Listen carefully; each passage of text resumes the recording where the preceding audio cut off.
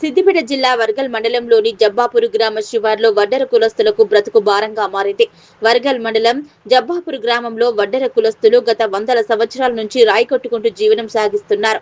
కానీ గత కేసీఆర్ ప్రభుత్వంలో కోమటిబండ వద్ద మిషన్ భగీరథ ట్యాంక్ నిర్మాణం చేపట్టిన తర్వాత అక్కడ రాయిలు తీయడం మానేశారు. కానీ వేరే చోట గ్రామ శివార్లో మరో చోట ఒక గుట్టను చూసుకుని అక్కడ రాయిని కొట్టుకుంటూ జీవనం సాగిస్తున్న వడ్డెర కులస్తులు.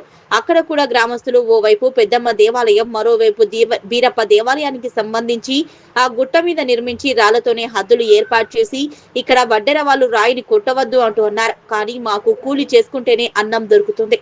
గత వందల సంవత్సరాల నుంచి రవితేజ రాయిని నమ్ముకొని జీవిస్తున్న మేము మాకు రైతు కొట్టుకునేందుకు అక్కడికి రానివ్వాలని, లేకపోతే తాము తమ పిల్లల జీవితాలు ఆగమవుతాయని, కాబట్టి గ్రామస్తులు స్పందించి వడ్డెర కులస్తులను బతుకుదెరువు చూపియాలన్నారు. అలాగే గతంలో గజ్వేల్ ఆర్డీఓకి కూడా సమర్పించడం జరిగిందన్నారు. ప్రజావాణిలో కూడా కలెక్టర్ కి ఫిర్యాదు చేస్తామన్నారు.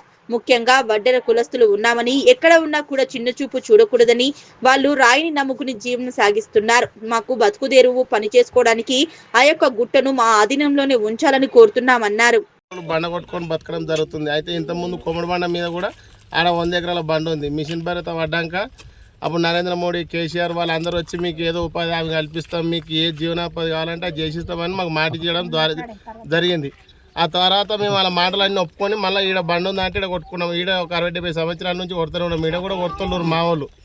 ఈడ కొడితే ఆయనతో మొన్నటిదాకా ఏమైందంటే ఈడ పెద్దమ్మ గుడి, మల్లన్న గుడి కట్టినాక మళ్ళీ ఈ బండి అంతా ఖాళీ ఉంది. ఖాళీ ఉన్నాక ఈ రాళ్ళని తీసుకొచ్చి మా రాళ్ళు మాకే ఇట్లా అద్దులు వేయడం జరుగుతుంది. వాళ్ళు అద్దులు వేసి మాది కబ్జా, మీరు ఏం లేదని మనం నిలగొట్టి దౌర్జన్యంగా మమ్మల్ని ఇంటికి నిలగొడుతున్నారు.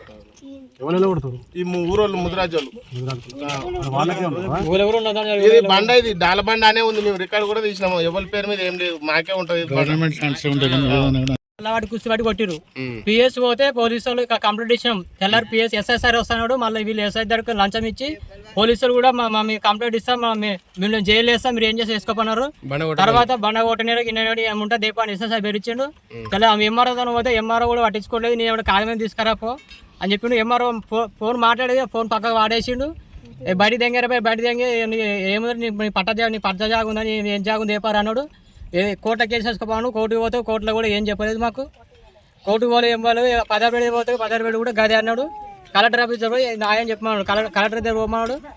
కలెక్టర్ ఆఫీస్ పోయి మీకు ధర్నా చేస్తే కలెక్టర్ ఏదో చెప్తాడు.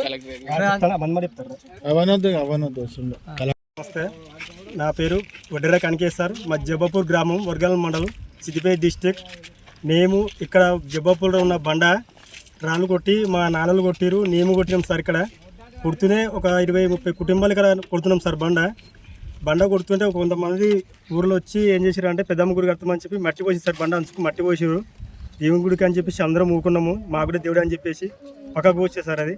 దాని తర్వాత మల్లన్న గుడి కడతామని చెప్పి కొంత ఆక్రమించారు.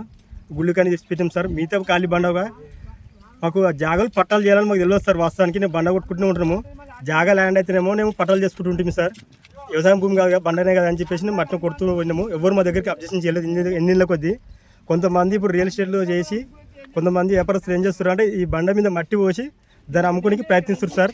ఆ మట్టి పోసి వాళ్ళు బండ ఆక్రమించి ప్రయత్నించి అమ్ముకుంటే మేము మా 20-30 మంది కుటుంబాలు మా జీవనోపాధి కోల్పోయి మా కుటుంబాలు రోడ్లు పడుతున్నాయి సార్. మేము ఎలాగ చేసి మాకు న్యాయం చేయాలి సార్. ఎంఆర్ఓ గారికి, కలెక్టర్ గారికి, ఆర్డీఓ గారికి, సీఎం గారికి అందరికీ పేరు పేరున ధన్యవాదాలు సార్. మాకు ఎలాగైనా మీరే న్యాయం చేయండి సార్. లేదంటే మా కుటుంబాలు మొత్తం రోడ్డు పడతాయి సార్. మా పరిస్థితులు చాలా ఘోరంగా ఉన్నాయి సార్. మేము ముడ్డరం సార్. మాకు ఎలాంటి ఆస్తులు లేవు. మాకు ఈ బండ కొట్టుకొని పైసలు వస్తేనే మాకు కడుపు సార్. మాకు వేరే పనులు లేవు. మేము బండ కొట్టుకొని బతాం సార్. మాకు ఎలాంటి జాబులు లేవు, నౌకలు లేవు. మాకు జాగాలు, అయ్యాలు, తాతాల నుంచి ఆస్తులు ఏం లేవు సార్. మాకు చిన్నప్పటి నుంచి మా తాతల నుంచి మాకు బండ పనే సార్. మాకు బండ తప్ప మాకు వేరే పనే లేదు. బండ మీద పంపిస్తే మేము మంది దాగి లేకపోతే మన ఆత్మహత్య చచ్చిపోతే సార్. అదొకటి మించి మాకు వేరే పని ఏం లేదు సార్. మీ దయ సార్, ఎట్లా చేసి మాకైతే న్యాయం చేయండి సార్, ప్లీజ్ సార్.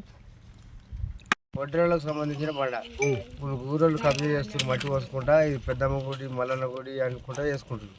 ఇప్పుడు మేము కొట్టింది ఇంతలో అయింది కనిపిస్తుందా?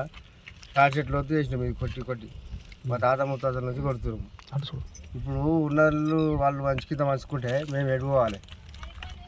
మాకు కూడా కావాలి. ఇలా మేము బతుకులేరు. ఇది దాని గురించి బండ కావాలి.